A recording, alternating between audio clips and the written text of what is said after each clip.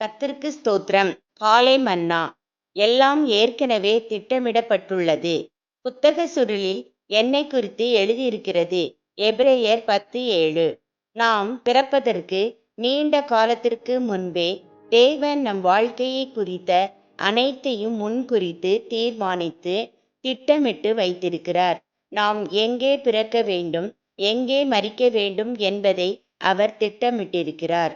எந்த தேசத்தில் நாம் பிறக்க வேண்டும், நம் பெற்றோர் யாராய் இருக்க வேண்டும், ஐஸ்வர்யமுள்ள குடும்பத்திலா, ஏழை குடும்பத்திலா, எப்படிப்பட்ட குடும்பத்தில் நாம் பிறக்க வேண்டும், எவ்வளவு காலம் இவ்வுலகத்தில் நாம் உயிர் வாழ வேண்டும், நாம் இப்பூமியில் வசிக்கும்போது எந்தெந்த இடங்களில் வாழ வேண்டும் என்றெல்லாம் அவர் திட்டமிட்டிருக்கிறார்.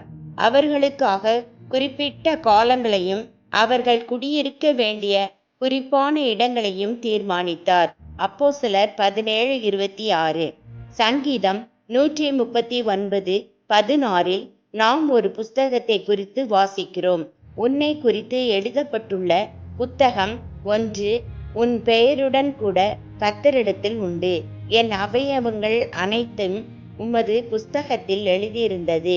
உன் நிறம் எப்படி இருக்க வேண்டும், நீ எவ்வளவு உயரம் வளர வேண்டும், உனக்கு இருக்க போகிற கண்களின் நிறம் யாது, இவை போன்ற அனைத்தும் கர்த்தரால் ஏற்கனவே திட்டமிடப்பட்டுள்ளன.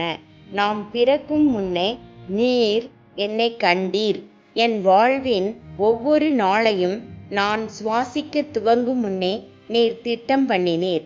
ஒவ்வொரு நாளும் உம்முடைய புஸ்தகத்தில் பதிவு செய்யப்பட்டுள்ளது என்று இதே வசனத்தை வேறொரு ஆங்கில மொழிபெயர்ப்பு கூறுகிறது. அப்படி எண்ணில் தேவன் நமக்காக திட்டமிட்டுள்ள எல்லாவற்றையும் நன்றாக அறிந்து கொள்ளுதலும் அதற்கு நம்மை சமர்ப்பித்தலும் எவ்வளவு முக்கியமானது. ஆபிரகாம் தன்னை குறித்த தேவனுடைய திட்டத்தில் பூரணமாக பொருந்தினான்.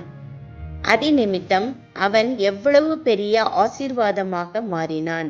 அவன் மரித்து பல்லாயிரம் ஆண்டுகளுக்கு பின்பும் இன்னும் ஆசீர்வாதமாகவே திகழ்கிறான். அன்பான தேவ பிள்ளையே, நீ விரும்பும் இடங்களுக்கெல்லாம் ஓடாதே.